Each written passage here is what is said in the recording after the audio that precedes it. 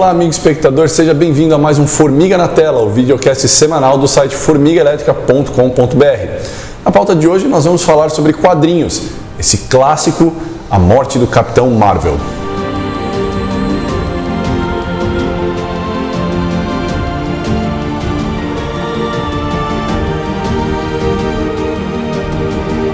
Nessa época, 1982, aqui no Brasil veio sair um pouquinho depois, mas enfim, as mortes valiam alguma coisa nos quadrinhos, né? E outra, era uma morte tão triste, né, cara? Um bagulho assim.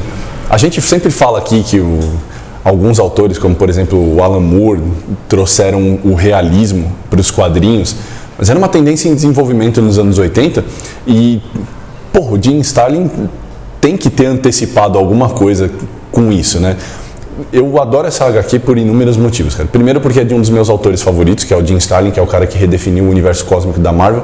É um dos poucos caras que, assim, escrevia as space operas clássicas de super-heróis, mas com toques de ficção científica mais aprofundados, né? O trampo dele com o Adam Warlock no final dos anos 70 é um negócio sensacional, mas o trampo dele também com o Capitão Marvel é foda e culmina com esse trabalho do Capitão Marvel. É uma morte que continua morta, isso é importante. Trouxeram a marca de volta, mas era filho e tal, mas ele mesmo... Esse é o Genisvel, esse aqui é o Marvel, porque, né, Marvel e tal. Mas assim, não é só a questão da morte, da maneira como ela é retratada, do peso dela.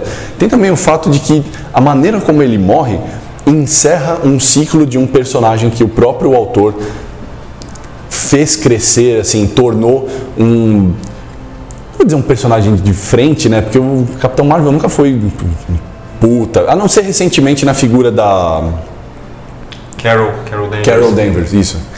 A não ser mais recentemente a marca do Capitão Marvel e tal, mas assim, nessa época ele era um herói mais de segundo escalão em termos de popularidade. Só que isso foi bom, cara, porque ele conseguiu dar um fim ao personagem que ele mesmo criou e que ele desenvolveu e que... ele não criou, na verdade, né? Stan Lee de Nicola. Tá, ok. Mas assim, ele desenvolveu, ele fez crescer, ele tornou o que o personagem era e ele encerrou a saga dele da maneira mais digna possível, cara. Não é uma morte qualquer enfrentando um vilão, embora ele enfrente um vilão no final, não é uma morte qualquer no sentido de alçar vendas, porque isso aqui era um projeto, né, o Marvel Graphic Novel número 1, era um projeto da Marvel de tentar entrar nesse universo das Graphic Novels, que no começo dos anos 80 era uma maneira de legitimar os quadrinhos, e que deu muito certo, né, a gente já, inclusive, tem resenha no site de outro desses projetos, que é o Doutor Estranho Shambhala, que eram HQs fantásticas, é uma pena que não existam mais delas, mas assim, ela abre esse projeto, ou seja, não havia certeza do que viria a ser, podia ser um imenso fracasso. Então assim, ela é inovadora, ela antecipa algumas tendências e de maneira belíssima, né, cara? Eu acho interessante falar que 1982 também é o ano de uma outra desconstrução do mito super-heróico, que é Miracle Man, acontecendo sim. Lá do outro lado, no outro continente, né, lá na Warrior, né, nas mãos do Alan Moore. Aqui, o que eu acho bacana da morte do Capitão Marvel, bom, primeiro, conforme a gente falou, naquela época fazia sentido você matar um personagem, né? E o mais bacana é que isso é uma espécie de continuação, você falou do Adam Warlock, que também é um outro personagem que não é do Jim Starlin, mas cresceu nas mãos dele, mais ou menos, assim, a gente está falando de personagens menores, mas a relação do Adam Warlock e do Capitão Marvel nas mãos do Jim Starlin, ela é... muito próxima. É a mesma do Frank Miller com o Demolidor, na minha opinião, ela né? É muito próxima. E os dois personagens ele matou. Eu sempre gostei, cara, dessa turma da geração Easy Rider da Marvel, né? Que o Steve Englehart, o Jim Starlin e tal. O Jim Starlin, é claro, né? Que é mais destacado nesse meio. São caras que trouxeram coisas assim da geração Flower Power, né? Um negócio psicodélico e tal. E embora eu não goste muito dele como desenhista, porque, sejamos sinceros, a morte do Capitão Marvel está cheia de erros de proporção, de anatomia, E, sabe, é complicado você falar, nossa, uma graphic novel assim, e o cara comete esses erros.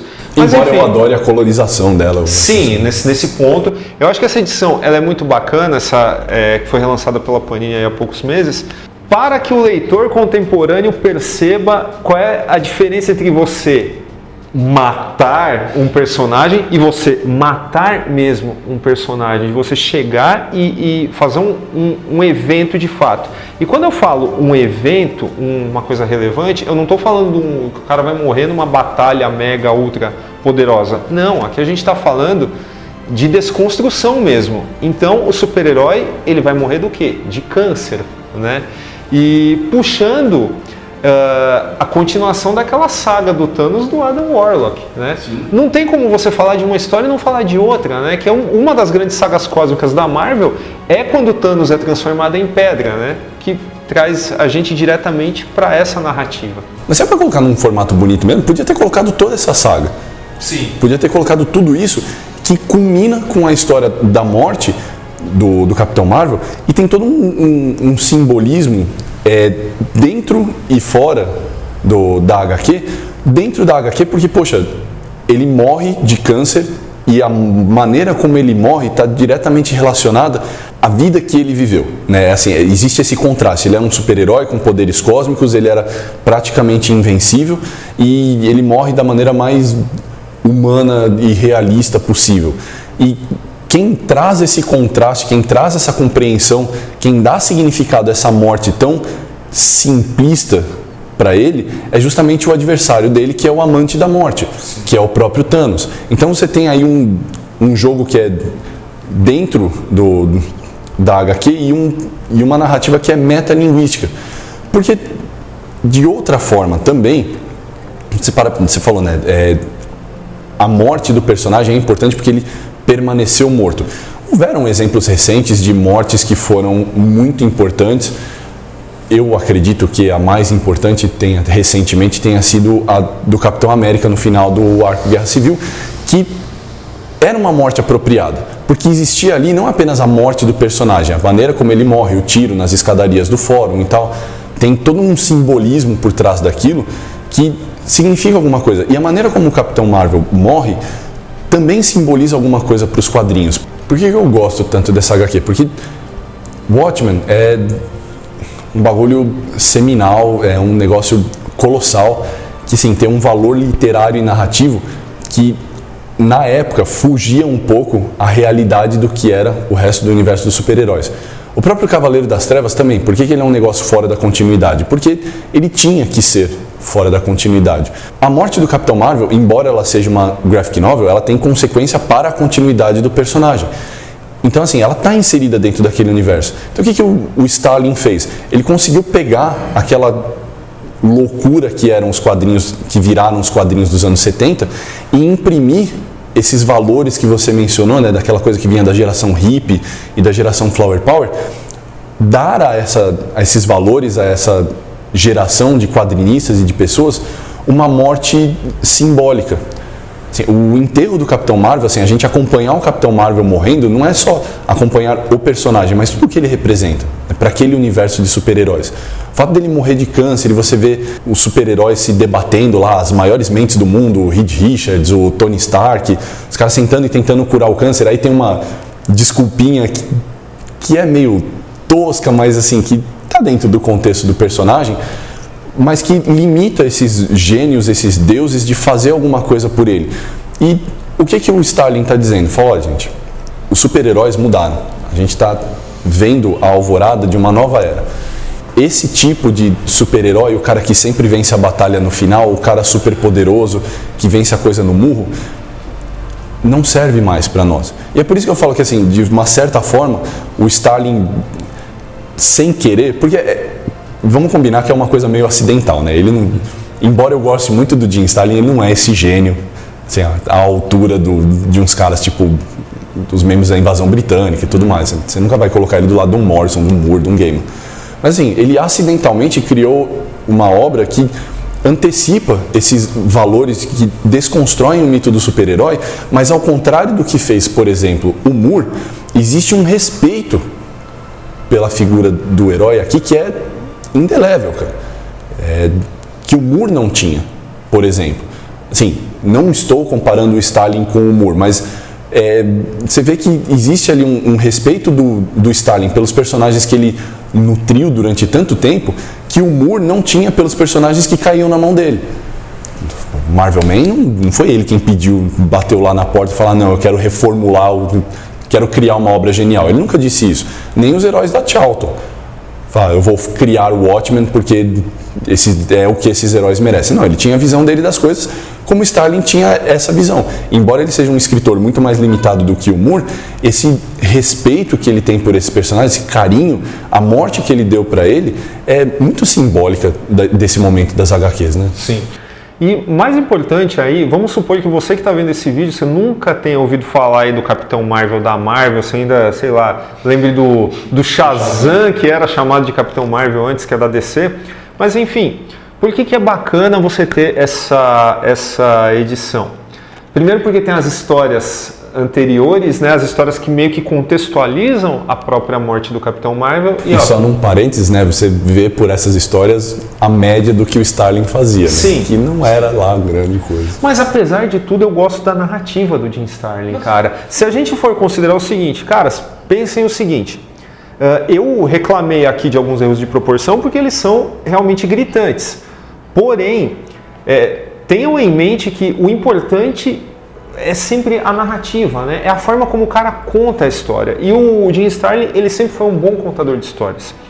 Então aqui, e acredito até que as histórias que abrem a edição até chegar na morte, elas nem seriam tão necessárias porque a própria história fechada, ela já é autoexplicativa porque ela tem todos aqueles vícios da Marvel dos anos 80 de contextualizar, de contar um flashback, de usar uma página que vai contar como fulano conheceu Beltrano e tal.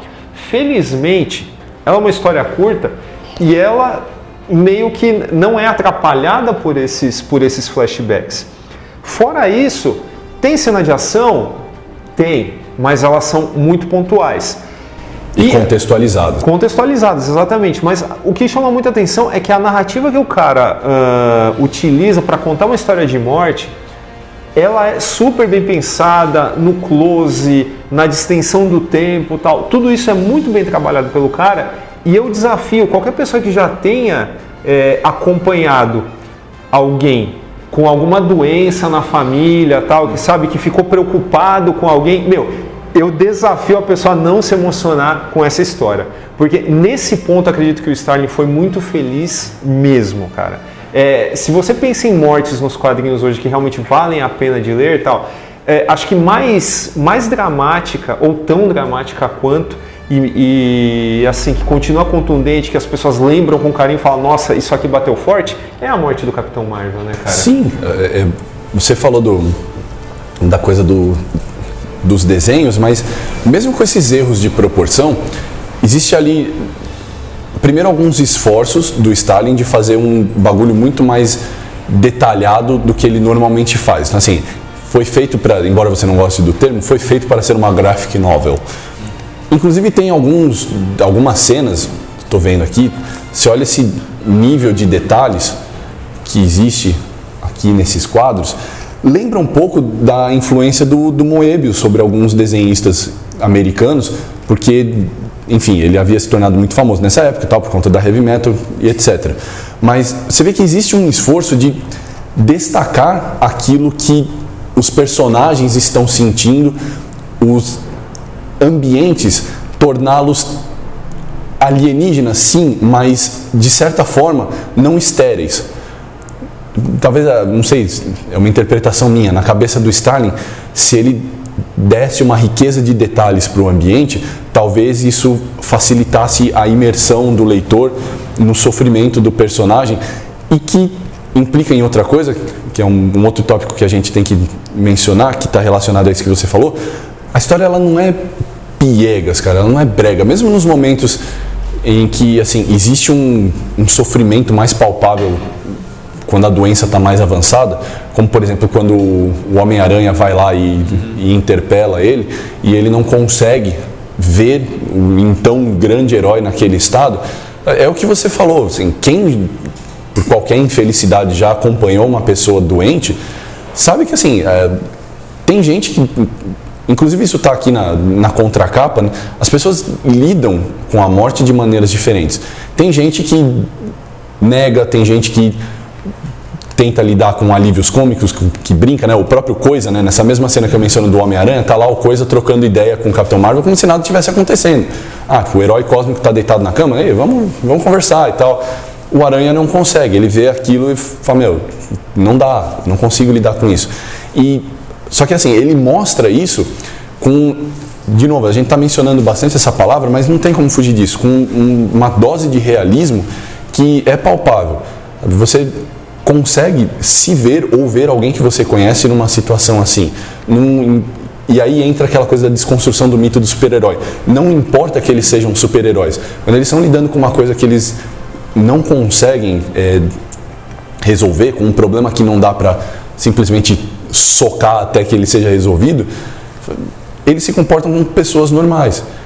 E o Starling, você falou da consistência da narrativa dele, é uma narrativa consistente ao ponto de você não pegar e falar, puta, que dramalhão mexicano, que é um erro em que principalmente a Marvel incorre com uma frequência desesperadora. Aqui não, aqui existe a fuga disso. Inclusive assim, o requiem final, a cena final dele com o Thanos, também, cara, tem um potencial imenso para descambar para uma pieguice sem tamanho, para uma abstração muito além da compreensão. E não, cara, a narrativa ela vai progredindo até um final que você pensa, puxa, só podia ter acabado desse jeito. Né? Exatamente. Eu acho que é uma das grandes mortes assim dos quadrinhos, tal. Ele pelo menos continuou morto, tal, mas eu acho que mais ou menos ali pela mesma época a gente teve a morte da Supermoça na Crise das Infinitas Terras, que também é uma morte muito dramática, junto com a do Flash e tal.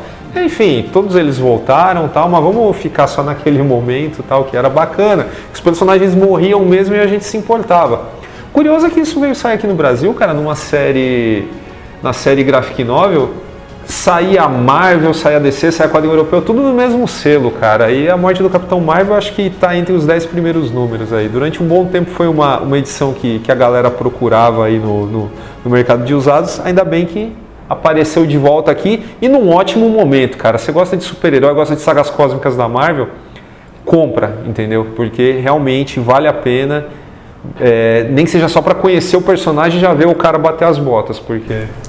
E assim, na real isso me surpreende que tenha sido relançado dessa forma, recebido esse tratamento de luxo, porque apesar de assim, ser uma história clássica para fãs de quadrinhos, é para fãs de quadrinhos, né? Quem não... Essa galera que, enfim, está conhecendo super-heróis agora por conta do cinema e tudo mais, que eu não vou emitir opinião sobre isso e a maneira como elas se comportam, mas assim, não é uma história que normalmente iriam atrás e você não vê, por exemplo, a galera falando sobre isso nas redes sociais. Então assim, que bom que foi relançado, mas não deixa de ser surpreendente, né? Então assim, se você gosta desse tipo de história que foge um pouco ao comum da realidade de super-heróis, dá uma olhada aí na descrição, tem o link para você adquirir essa edição, vale muito a pena. Ver o tratamento de luxo, todo bonitão, o interior também é maravilhoso. Adquira porque vale muito a pena.